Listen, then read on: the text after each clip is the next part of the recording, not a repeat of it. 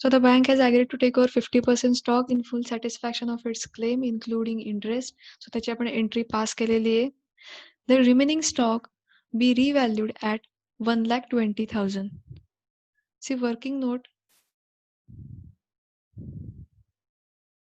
So in this working note, stock value, stockची amount आहे 3,30,340. So त्यातली 50% जी amount होती ती आपण लायबिलिटी सॅटिस्फाय करण्यासाठी यूज केलेली आहे.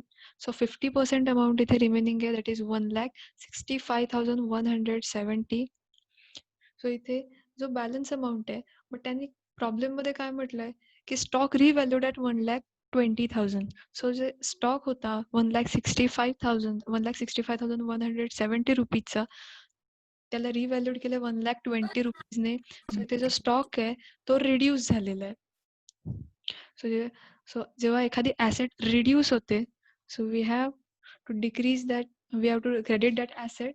जेव्हा एखादी ॲसेट आपली डिक्रीज होणार आहे तेव्हा आपण त्या ॲसेटला क्रेडिट देतोय, and the entry will be capital reduction account debit to stock account.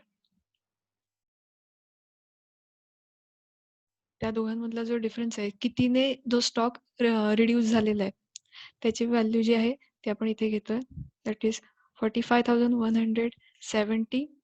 Because जो स्टॉक आहे तो रिव्हॅल्यूड केला 1,20,000 रुपीजने. सो बॅलन्स शीट जी आपली असणार आहे तिथे 1,20,000 येणार आहे, अँड ॲक्च्युअली बॅलन्स होता स्टॉकमध्ये 1,65,170. सो जो स्टॉकचा बॅलन्स होता तो रिड्यूस केलेला आहे, रिड्यूस करून त्यांनी 1,20,000 केलेला आहे. सो कितीने रिड्यूस केला आहे, तर ती अमाऊंट जी आहे ती आपण इथे कॅपिटल रिडक्शनला ट्रान्सफर करायची. So capital reduction account debit 45,170 to stock account. Entry कळते का सगळ्यांना? हे कॅल्क्युलेशन आपण कसं केलंय? येस. जो स्टॉक होता त्या स्टॉक मधली 50% अमाऊंट लायबिलिटी सॅटिस्फाय करण्यासाठी यूज केली आहे, आणि जो रिमेनिंग बॅलन्स आहे त्या रिमेनिंग बॅलन्स पैकी तो रिव्हॅल्यूड केलाय 1,20,000 ने. सो बॅलन्स शीटला 1,20,000 जाणार बिकॉज ती रिव्हॅल्यूड अमाऊंट तिथे दिलेली आहे. आपला जो स्टॉक होता 1,65,170 तो रिड्यूस केला बिकॉज म्हणजे तिथे 1,20,000 केला म्हणजे काय, त्याची जी ओरिजिनल व्हॅल्यू होती ती तिथे रिड्यूस केलेली आहे. जेव्हा एखादी ॲसेट रिड्यूस होते तर आपल्याला ती ॲसेट क्रेडिट करायची. So capital reduction account debit to stock account.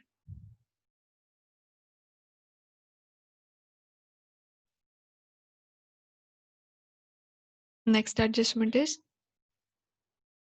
investment be sold for rupees 40,000. See problem मध्ये इन्व्हेस्टमेंट दिलेली आहे आपल्याला. प्रॉब्लेम मध्ये इन्व्हेस्टमेंट दिली 45,450 रुपीजची. सो इन्व्हेस्टमेंट आपली 45,450 रुपीजची आहे, but investment be sold for 40,000. So asset जी आहे, इन्व्हेस्टमेंट जी होती ती 45,000ची होती, ती सेल केली आहे 40,000ला. सो आपल्याला इथे लॉस सफर करावा लागलेला आहे बिकॉज आपण इन्व्हेस्टमेंट जी आहे ती सोल्ड केली आहे, बट इथे आपल्याला प्रॉफिट झाला नाही, इथे लॉस झाला आहे. 45,000ची इन्व्हेस्टमेंट 45,450ची इन्व्हेस्टमेंट जी आहे ती आपल्याला आपण 40,000ने सेल केलेली आहे, आणि त्यात आपल्याला लॉस झाला आहे. सो लॉसची अमाऊंट जी आहे दॅट इज 5,450 रुपीज. ते आपण कॅपिटल रिडक्शनला जाणार आहे बिकॉज आपली जी इन्व्हेस्टमेंट होती, ओरिजिनल व्हॅल्यू, सेल केलेली व्हॅल्यू, सेलची जी व्हॅल्यू आहे ती डिक्रीजिंग व्हॅल्यू आहे. सो आपल्याला तिथे लॉस सफर करावा लागला आहे. So the entry will be bank account debit capital reduction account debit to investment. आता इथे बँक अकाउंटला, कॅपिटल रिडक्शन अकाउंटला आपले जो जेवढ्या रुपयांचा लॉस झालेला आहे, आता 45,450 रुपीजची इन्व्हेस्टमेंट होती, ती 40,000ला आपण सोल्ड केलेली आहे. सो जो लॉस आपला आहे दॅट इज 5,450, तो आपला कॅपिटल रिडक्शनला जाणार आहे 4,550 5,450 सॉरी 5,450 लॉस झालेला आहे तो आपला कॅपिटल रिडक्शनला जाणार आहे. बँक अकाउंटला जितक्या रुपयाने आपण सेल केलेली अमाऊंट जाणार आहे, दॅट इज 40,000, बिकॉज आपण त्या अमाऊंटने ती इन्व्हेस्टमेंट जी आहे ती सेल केलेली आहे. सो 40,000 हे बँक अकाउंटला जातील. देन जो लॉस सफर केलेला आहे आपण, लॉस सफर झालेला आहे तो कॅपिटल रिडक्शनला जाईल आणि इन्व्हेस्टमेंटला टोटल जी अमाऊंट आहे ती जाणार आहे, दॅट इज 45,450 रुपीज. ऍडजस्टमेंट कळलंय सगळ्यांना? Investment be sold for 40,000. Investment 40,000ला त्यांनी सोल्ड केलेली आहे. ऍक्च्युअल इन्व्हेस्टमेंटची अमाऊंट किती होती तर 45,450 रुपीज होती. सो 45,450 रुपीजची जी इन्व्हेस्टमेंट आहे ही 40 रुपीजला जेव्हा आपण सेल करतोय त्याची जी व्हॅल्यू आहे ती इथे डिक्रीज झाली आहे. सोल्ड केली 40,000ला. सो आपल्याला 5,450चा जो लॉस झालेला आहे तो लॉस आपण कॅपिटल रिडक्शनला ट्रान्सफर करायचा आहे. जितक्या रुपयाने आपण सेल केलेली आहे ती अमाऊंट जाणार आहे बँक अकाउंटला आणि इन्व्हेस्टमेंटला ही जी होल अमाऊंट आहे ती आपण क्रेडिट करतोय.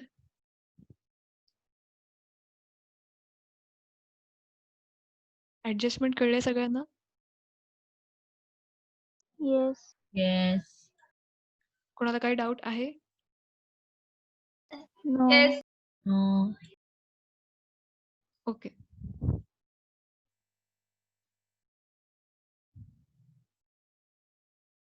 सो आपण याचा जो कॅपिटल रिडक्शनचा जो सेकंड इफेक्ट आहे तो आपण देऊया. कॅपिटल रिडक्शनला आपण डेबिट केलंय. कॅपिटल रिडक्शनच्या डेबिट साईडला टू इन्व्हेस्टमेंट 5,450 रुपीज. स्टॉकची आपली व्हॅल्यू जी आहे ती ते ट्रान्सफर करायची राहिली. Stock that is 45,170.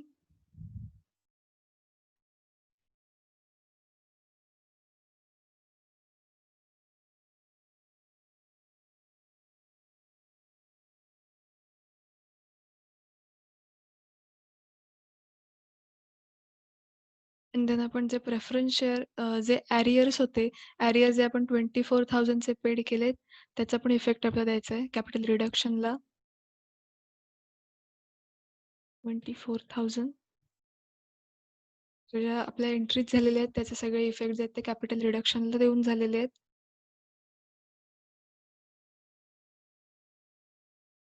Both adjustment में क्या किया? Okay. See, fourth adjustment, 24,000 be paid to preference shareholders in lieu of arrears of preference dividend. See, problem मध्ये फर्स्ट सेंटेन्स मध्ये सांगितलंय preference dividend is in arrears for 5 years. Preference dividend जो आहे तो आपल्याला प्रेफरन्स शेअर्सवर इथे मिळणार आहे आणि जो प्रेफरन्स डिव्हिडंड आहे तो 5 years आहे, तो arrears मध्ये आहे. बट इथे त्यांनी सांगताना ऍडजस्टमेंटमध्ये काय म्हटलंय, 24,000 be paid to preference share holders in lieu of arrears of preference dividend. So जे प्रेफरन्स शेअर जे डिव्हिडंड जो आहे तो ॲरियर्समध्ये होता त्यापैकी आपल्याला 24,000 पेड करायचे. सो आपली इथे लायबिलिटी जी आहे ती इन्क्रीज झालेली आहे. सो दॅट्स वाय आपण ही एंट्री केली आहे, that is capital reduction account debit to bank account. Bank account म्हटलंय बिकॉज आपल्या जे जो डिव्हिडंड आहे जो 24,000 आहेत ते आपल्या बँकेतून जात आहेत. सो कॅपिटल रिडक्शनला इथे डेबिट केलंय. कॅपिटल रिडक्शनला या एंट्रीमध्ये डेबिट केलंय बिकॉज आपली लायबिलिटी जी आहे ती इन्क्रीज झालेली आहे. We are liable to pay.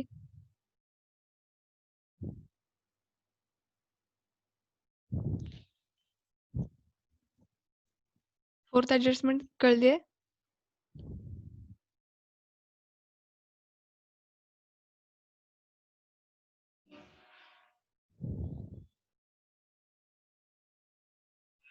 Okay.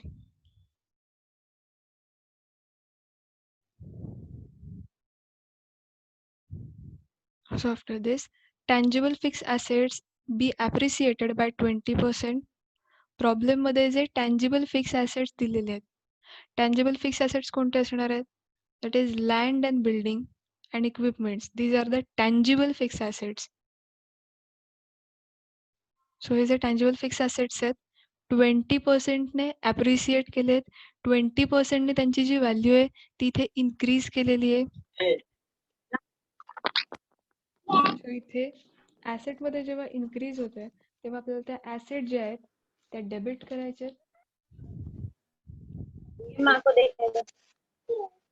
Entry will B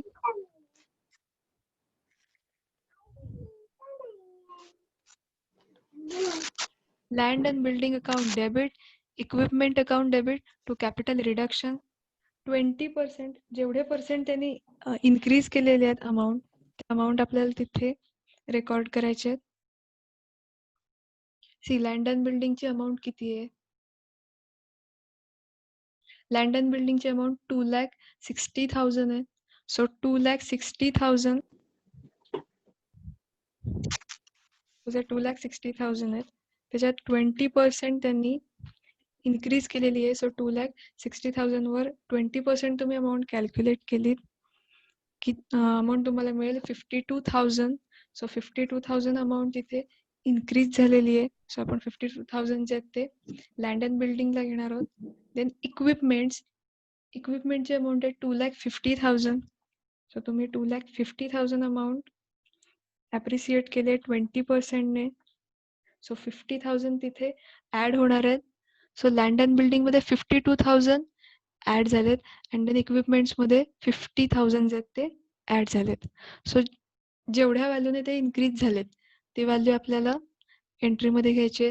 so land and building account debit,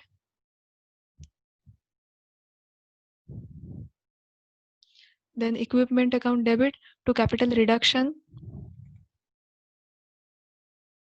52,000, equipment 50,000 ने increase झाले. सी जेवढ्या ॲसेटची जी व्हॅल्यू सांगितली आहे त्या ॲसेटच्या व्हॅल्यूवर 20% ॲप्रिशिएट झाली आहे. मीन्स ती जी व्हॅल्यू आहे ती व्हॅल्यू घ्या इंटू 20%. 20% तिथे कॅल्क्युलेट केल्यावर तुम्हाला कितीने ती व्हॅल्यू ॲप्रिशिएट झाली आहे ती तुम्हाला मिळणार आहे. ॲडजस्टमेंट कळले का? येस. ओके. सो इथे या दोघांची टोटल करून ते कॅपिटल रिडक्शनला आपल्याला ट्रान्सफर करायचे. Total is 1,02,000.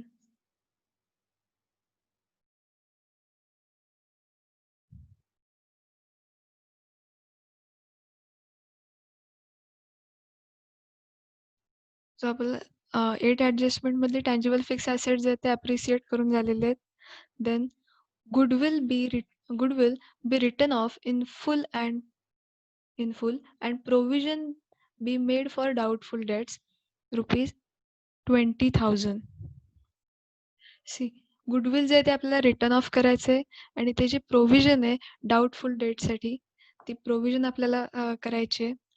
सो इथे एंट्री कशी पास होईल तर capital reduction account debit to goodwill account. आता प्रॉब्लेममध्ये जे आपल्याला जे assets fictitious assets intangible asset जे दिसतात ते सगळे आपल्याला राईट ऑफ करायचे आहेत.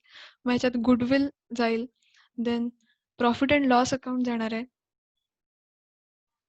आणि आपल्याला जी प्रोव्हिजन त्यांनी करायला सांगितली आहे that is provision be made for doubtful debts 20,000. ही जी प्रोव्हिजन आहे ही सुद्धा आपल्याला तिथे करायची आहे. आपली एंट्री पास होईल capital reduction account debit to goodwill account to profit and loss account and provision for doubtful debts. So गुडविलची value 3,40,000.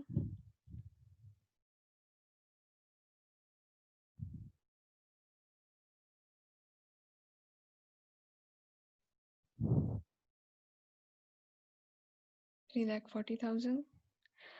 Then profit and loss account. Profit and loss account ची अमाऊंट आहे profit and loss 6,03,360. 6,03,000 360 and provision for doubtful debts. Provision तिथे करायला सांगितले. Provision for doubtful debts 20,000. आता ही जी provision आहे डाऊटफुल डेट्सची, तर त्याचा इफेक्ट आपला बॅलन्स शीटच्या डेटर्सवरती सुद्धा पडणार आहे. डेटर्समधून आपल्याला 20,000 लेस करावे लागतील, बिकॉज हे डाऊटफुल डेट्स आहेत, ते आपल्याला लेस करायचे आहेत.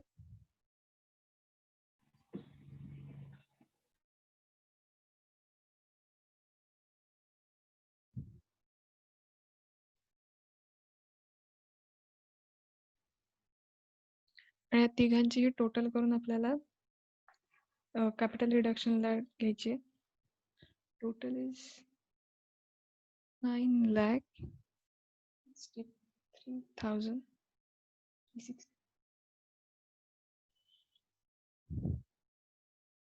इथे आपण गुडविल रिटर्न ऑफ केले, profit and loss account return of केले. प्रॉब्लेम मध्ये प्रॉफिट अँड लॉस विषयी काहीच सांगितलं नव्हतं की प्रॉफिट अँड लॉस तुम्ही राईट ऑफ करा किंवा नका करू. बट इथे रूलच असा की तिथे तुम्हाला जे इनटँजिबल काही फिक्टिशियस ॲसेट्स असतील ते सगळे तुम्हाला रिटर्न ऑफ करायचे, जरी प्रॉब्लेममध्ये मेन्शन केलं असेल किंवा नसेल. सो आपण गुडविल पण राईट ऑफ केलंय, प्रॉफिट अँड लॉस अकाउंट पण राईट ऑफ केलेले आहेत, आणि ते प्रोव्हिजन जी आहे ती प्रोव्हिजन सुद्धा आपण केलेली आहे 20,000ची. सो आपल्याला जेवढ्या ऍडजस्टमेंट त्यांनी सांगितलेल्या होत्या त्या आपण केलेल्या आहेत.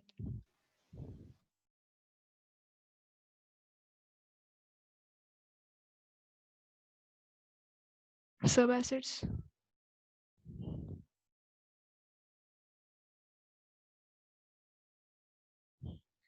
सगळे ॲसेट आपल्याला राईट ऑफ नाही करायचे. इनटँजिबल ॲसेट जे आहेत, goodwill is intangible asset. Then काही इनटँजिबल ॲसेट्स आहेत, काही फिक्टिशियस ॲसेट्स आहेत. तर हे जे सगळे ॲसेट आहेत ते आपल्याला राईट ऑफ करायचे आहेत. प्रॉब्लेममध्ये भरपूर सारे ॲसेट आहेत, land and building, equipments, generators, हे सगळे आपल्याला राईट ऑफ करायचे नाही आहेत. जस्ट त्याच्यातले goodwill, profit and loss account, जर प्रिलिमिनरी एक्सपेन्सेस असतील तर ते राईट ऑफ करायचे आहेत. देन पेटंट्स, कॉपीराइट्स वगैरे असतील तर ते आपल्याला राईट ऑफ करायचे. टँजिबल मध्ये कशात मध्ये काही राईट ऑफ करायचं इथे नाहीये. क्लिअर? इफत?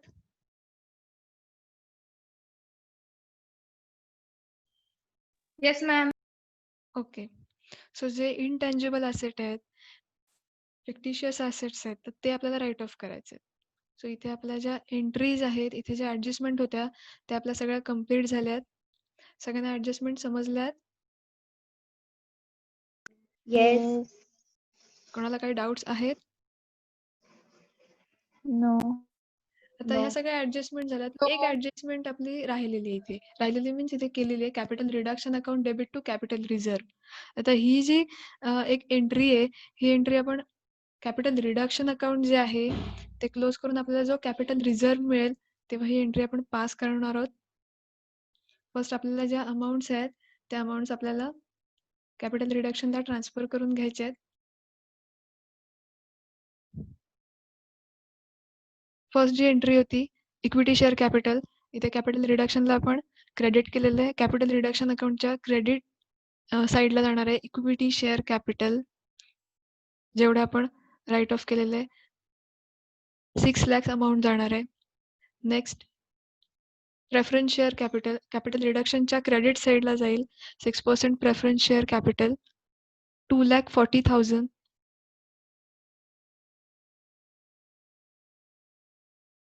2,40,000. देन डिबेंचर्स जे आहेत, डिबेंचर्स सुद्धा आपण रिड्यूस करून 9% डिबेंचर्स जे आहेत ते इथे आपण इश्यू केले होते. सो कॅपिटल रिडक्शनला जी अमाऊंट जाते 1,60,000 ते जाणार आहे कॅपिटल रिडक्शनच्या क्रेडिट साईडला 8% डिबेंचर. देन नेक्स्ट हे आपण जे क्लेम जो होता तो सॅटिस्फाय आपण इथे केलेला आहे. सो त्याची एंट्री पण आपली जाणार आहे. सो इथे bank overdraft and creditors 4,830 rupees. Then आपण इथे जो स्टॉक आहे तो रिड्यूस झालेला आहे. सो कॅपिटल रिडक्शन अकाउंटच्या डेबिट साईडला जाणार आहे to stock account 45,170. Next investment जी होती ती आपण सेल केली आहे. इन्व्हेस्टमेंटची अमाऊंट होती 45,000 बट ती सेल केली आहे 40,000ला. सो आपल्याला 5,450चा लॉस झालेला आहे. सो जो लॉस आहे तो आपण रिडक्शनला ट्रान्सफर केलेला आहे टू इन्व्हेस्टमेंट. देन आपण सगळे जे इनटँजिबल ॲसेट होते, goodwill, profit and loss, then provision for doubtful debts, हे सगळे जे ते राईट ऑफ केलेले आहेत ते आपल्याला रेकॉर्ड करूया. Goodwill 3,40,000. Next, profit and loss account 6,300,360. Next, provision for doubtful debts, that is 20,000. So आपला इथे कॅपिटल रिडक्शन अकाउंट जो आहे तो कम्प्लीट झालेला आहे. टोटल घ्यायचे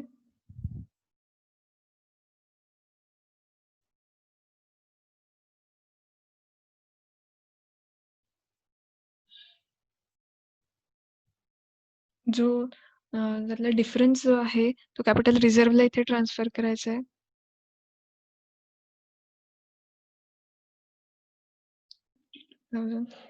$850. लँड अँड बिल्डिंग जी आहे ती आपली रेकॉर्ड करायची राहिली आहे. लँड अँड बिल्डिंगची आपण अमाऊंट घेऊया 52,000 and 50,000.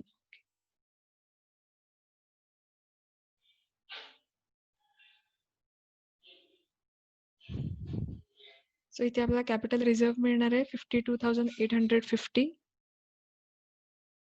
कॅपिटल रिडक्शनला आपण ज्या एंट्रीनुसार सगळे जे आहेत ते ट्रान्सफर करून झालेले आहेत.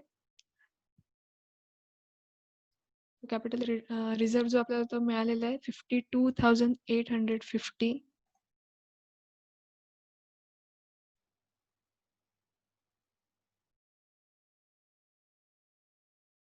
सो इथे आपल्या जर्नल एंट्रीज अँड जे कॅपिटल रिडक्शन अकाउंट आहे ते आपण कम्प्लीट झालेलं आहे. इथपर्यंत सगळ्यांना सगळं समजलंय? Yes. Yes. कोणाला काही डाऊट्स आहेत? Yes. No. No. Okay. So now we will prepare the balance sheet in vertical form. आपण आता बॅलन्स शीट जी आहे ती आपल्याला बनवायची आहे. बॅलन्स शीटचा फॉर्मॅट आहे तो सेमच असणार आहे. इक्विटीज अँड लायबिलिटीज, त्यात फर्स्ट पॉईंट आहे शेअर होल्डर फंड, त्याच्यात share capital, reserve and surplus, then non current liabilities under long term liabilities, then current liabilities under this trade payable, other liabilities, short term provision. हा format I guess तुम्ही सगळ्यांनी नोटबुकमध्ये लिहून घेतला असेल, because हा format आहे हा ॲज इट इज सेम आहे. जे अल्टरेशन आहे, जे काही त्याच्यात अमाऊंटमध्ये चेंजेस आहेत किंवा काही ज्या प्रोव्हिजन्स आहेत ते सगळे आपण नोट्स टू अकाउंटमध्ये हे करणार आहोत. ॲडजस्टमेंट्स आहेत सगळे करायचे आहेत. सी प्रॉब्लेममध्ये जेवढे आपल्याला ॲसेट लायबिलिटीज दिलेले आहेत ते सगळे तिथे मेन्शन करायचे आहेत. मग त्याच्यात चेंजेस झालेले, चेंजेस न झालेले सगळे ते तिथे रेकॉर्ड करायचे. फर्स्ट इक्विटी शेअर कॅपिटल दिलेले आहे. सी इक्विटी शेअर कॅपिटल आपण रिड्यूस पण केलेलं आहे अँड देन ते कन्सॉलिडेट, त्याचे जे शेअर्स आहेत ते कन्सॉलिडेशन पण आपण केलेलं आहे. सो जेव्हा आपण बॅलन्स शीटमध्ये इक्विटी शेअर कॅपिटल जेव्हा आपल्याला रेकॉर्ड करायचं आहे तर तेव्हा हे जे कन्सॉलिडेटेड शेअर्स आहेत ते आपल्याला इथे रेकॉर्ड करायचे आहेत. See equity shares consolidated into shares of ₹10. जर तुमचं इक्विटी शेअर कॅपिटल 2 लाखचं असेल आणि तुम्ही जे शेअर्स आहेत ते कन्सॉलिडेटेड शेअर्स ऑफ ₹10, देन तुमचे नंबर ऑफ शेअर्स किती येतील? That is 2,000. सो तुम्हाला नोट्स टू अकाउंटमध्ये शेअर कॅपिटलमध्ये जे इक्विटी शेअर्स आपल्याला रेकॉर्ड करायचे आहेत दॅट इज ते आपण इथे रेकॉर्ड करूया. सो 2 लाख जे तुमचं टोटल इक्विटी शेअर कॅपिटल आहे आणि तुम्ही ते ₹10च्या शेअर्समध्ये कन्सॉलिडेट केलेले आहेत. सो इथे 20,000 इक्विटी शेअर्स ऑफ ₹10 इच. तुम्ही टोटल शेअर कॅपिटलवरून सुद्धा नंबर ऑफ शेअर काढू शकता. टोटल तुमचं शेअर कॅपिटल 2 लाख आहे. त्यातले जे शेअर्स आहेत ते शेअर्स ऑफ ₹10 इच. सो तुमचे जे नंबर ऑफ शेअर्स आहेत सो या 2 लाखला ₹10 डिवाइड करून तुम्ही नंबर ऑफ शेअर्स त्यात ते कॅल्क्युलेट करू शकता. सो 20,000 इक्विटी शेअर्स ऑफ ₹10 जे शेअर्स आपण कन्सॉलिडेट केले आणि जे इथे न्यूली इश्यू केलेले आहेत ते सगळे आपण इथे रेकॉर्ड करतोय. 2 लाख. देन आफ्टर दिस प्रेफरन्स शेअर्स दिलेले आहेत. प्रेफरन्स शेअर्स रिड्यूस केलेले आहेत. न्यूली इश्यू किती केलेत? ₹100 जे शेअर्स होते ते ₹40 ने रिड्यूस केलेले आहेत. सो इथे जे न्यूली आपण इश्यू केलेले आहेत ते सबडिवाइड सुद्धा केलेले आहेत. सो जे आपण इथे न्यूली इश्यू केलेत तेच शेअर ₹10 ने सबडिवाइड करून झालेत. सो इथे जे सबडिवायडेड केलेले आहेत ते शेअर्स आहेत ते आपण रेकॉर्ड करतोय. टोटल इथे प्रेफरन्स शेअर कॅपिटल 1,60,000 आहे. Preference shares subdivided into ₹10. So number of preference shares is 16,000. So आपण इथे रेकॉर्ड करतोय 16,000 preference shares of ₹10 each. Amount is 1,60,000. And then त्यांची जी टोटल आहे ते आपल्याला आता इथे सगळे शेअर कॅपिटल आहेत ते आपले संपलेले आहेत. इक्विटी शेअर झाले, प्रेफरन्स शेअर झाले. सो इथे आपण दोन्ही अमाऊंटची टोटल करणार आहोत. That is 3,60,000. हे आपलं टोटल शेअर कॅपिटल झालेलं आहे. सो टोटल शेअर कॅपिटल आपण रेकॉर्ड करूया. Share holders fund under share capital first 3,60,000.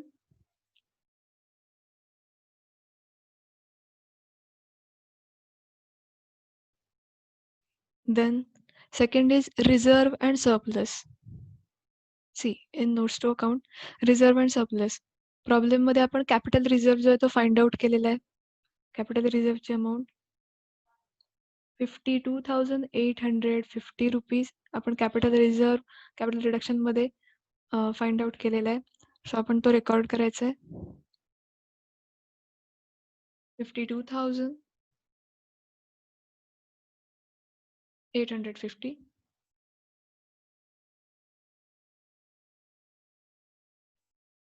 Total कॉलमला सुद्धा तोच येणार आहे. जो आपण कॅपिटल रिझर्व्ह नोट्स टू अकाउंटला रेकॉर्ड केलेला आहे तोच आपल्याला बॅलन्स शीटला रेकॉर्ड करायचा आहे.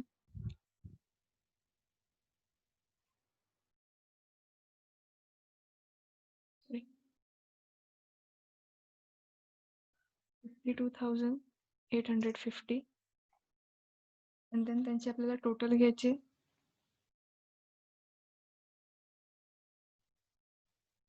टोटल आपण नंतर करूया. आधी आपण अमाऊंट जे आहेत त्या पोस्ट करून घेऊया एक एक. See non current liabilities under long term liabilities. आता लॉंग टर्म लायबिलिटीज मध्ये डिबेंचर्स जे आहेत ते येतात. बट आता प्रॉब्लेम मध्ये आपल्याला डिबेंचर्स दिले होते. बट ते जे प्रॉब्लेम मध्ये जे डिबेंचर्स दिले होते 8% जे आहेत ते आपण कॅन्सल करून त्याच्याऐवजी आपण 9% डिबेंचर्स जे आहेत ते इश्यू केले आहेत. सो 8% डिबेंचर्स आपण इथे कॅन्सल केलेले आहेत आणि 9%चे आपण न्यू डिबेंचर्स इथे इश्यू केलेले आहेत. एंट्री बघा 8% डिबेंचर आपण डेबिट केलेत ते कॅन्सल केलेत आणि न्यूली इश्यू 9% डिबेंचर्स केलेत. सो ती जी अमाऊंट आहे ती आपली नोट्स टू अकाउंटला जाणार आहे. 9% डिबेंचर्स. सो आपल्या लॉंग टर्म लायबिलिटीज जे आहेत 9% डिबेंचर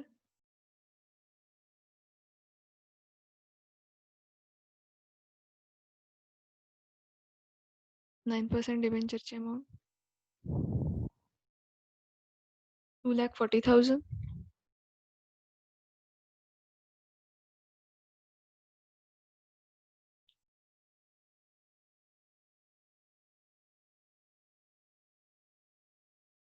आउटर कॉलमला पण तीच येणार आहे बिकॉज अजून दुसऱ्या कोणत्याही लॉंग टर्म लायबिलिटीज दिलेल्या नाही आहेत. 2,40,000. लॉंग टर्म लायबिलिटीज आपण बॅलन्स शीटला रेकॉर्ड करतोय.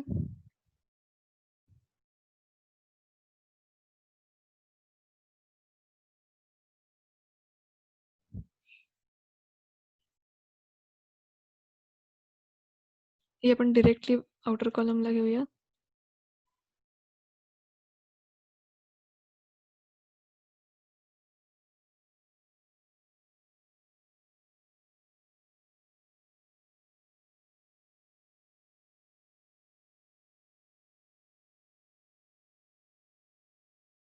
Next is current liabilities. Current liabilities under a trade payable. See trade payable. Trade payable जो दिलेला आहे, ट्रेड पेएबल मध्ये आपले सन्ड्री क्रेडिटर्स आहेत.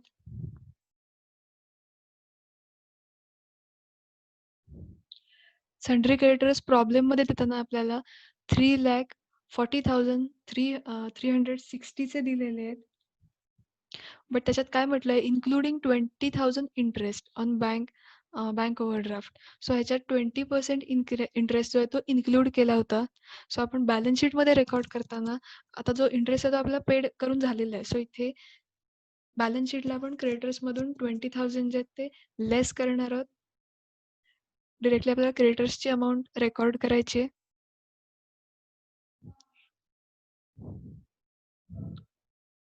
सो नोट्स टू अकाउंटला क्रेडिटर्स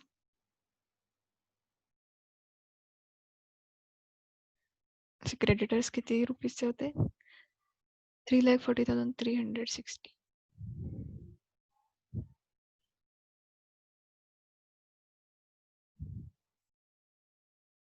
त्यातनं अमाऊंट आपल्याला लेस करायची आहे 20,000. जे अमाऊंट आपल्याला मिळते ते आपण आउटर कॉलमला घेणार आहोत. That is 3,20,360. ट्रेड पेएबल समजलंय का बघा. ट्रेड पेएबल मध्ये क्रेडिटर्स इन्क्लूड होतात. क्रेडिटर्स वरती प्रॉब्लेम मध्ये सांगितलंय इन्क्लुडिंग 20,000 इंटरेस्ट. क्रेडिटर्स मध्ये 20,000 इंटरेस्ट जो होता तो इन्क्लूड होता. सो आपण बॅलन्स शीटला रेकॉर्ड करताना त्यातला जो 20,000 इंटरेस्ट आहे तो लेस करून जी क्रेडिटर्सची अमाऊंट आहे ती आपण रेकॉर्ड केली. हीच फायनल अमाऊंट आपण बॅलन्स शीटला पण रेकॉर्ड करायची आहे. Trade payable 3,20,360.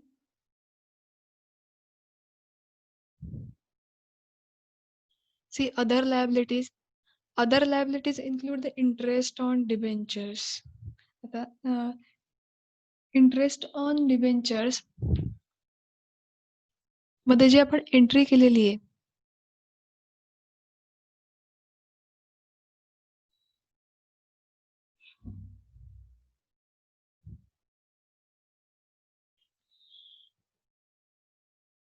C interest on debenture, यातल्या इंटरेस्ट ऑन डिबेंचर मधले 40% जी अमाऊंट होती, सी 40% अमाऊंट आपण ऑलरेडी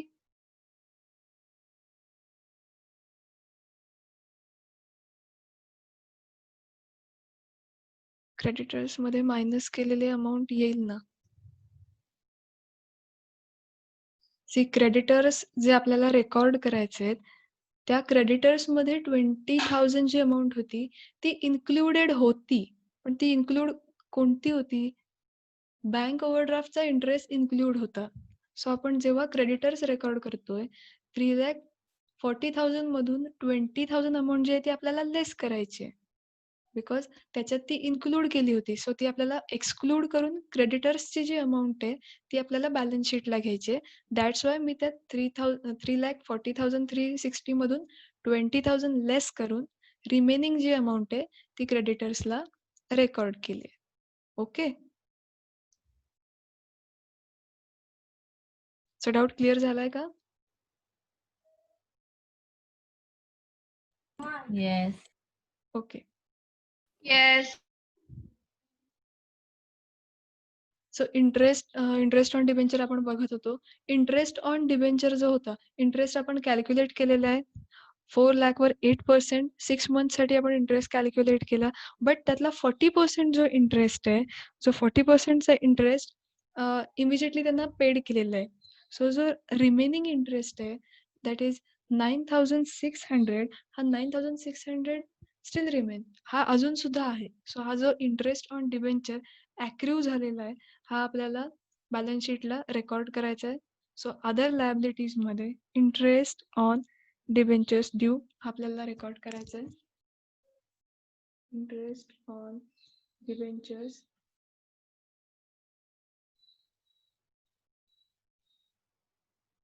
अमाऊंट मी डिरेक्टली आउटर कॉलमला घेते बिकॉज एकच इथे अदर लायबिलिटी आहे. That is 9,600. 9,600च का इंटरेस्ट घेतला बिकॉज ह्या ज्या 16,000 आहेत हे जे 16,000 मधले 40% जे अमाऊंट आहे दॅट इज 6,400. ही 40% अमाऊंट बँकेकडून ऑलरेडी आपण तिथे पे करून झाली आहे. आपण जेव्हा एंट्री केली तेव्हा ती अमाऊंट तिथे पेड केलेली आहे. इमिजिएटली त्यांना पेमेंट हवं होतं. सो 16,000 मधले 6,400 पे केले. सो रिमेनिंग जी अमाऊंट आहे ती आपल्याला अदर लायबिलिटीज मध्ये रेकॉर्ड करायची. सो ती इथे अदर लायबिलिटीज अंडर मी रेकॉर्ड केले 9,600. सो आपण बॅलन्स शीटला ती अमाऊंट रेकॉर्ड करूया. Other liabilities 9,600.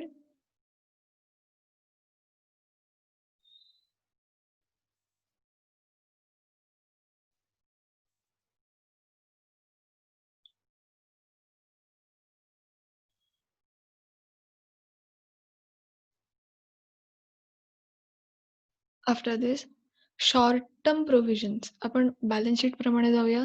Short term provisions the short term provisions मध्ये बँक ओव्हरड्राफ्ट येतो. बट आता आपण बँक ओव्हरड्राफ्ट जो आहे तो सगळा इथे पेड केलेला आहे. सो इथे बँक ओव्हरड्राफ्ट जो आहे तो इथे येणार नाहीये बिकॉज बँक ओव्हरड्राफ्टची आपण इथे ऑलरेडी ऍडजस्टमेंट करून झालेली आहे. बँक ओव्हरड्राफ्ट आपला होता 1,50,000 अँड इंटरेस्ट होता 20,000चा. तो आपण 50% स्टॉक जो आहे तो टेक ओव्हर त्यांनी केलेला होता. सो आपला बँक ओव्हरड्राफ्ट जो आहे तो इथे कम्प्लीट झालेला आहे. सो आपला बॅलन्स शीटला बँक ओव्हरड्राफ्ट येणार नाही. सो इथे डॅश येईल. Next asset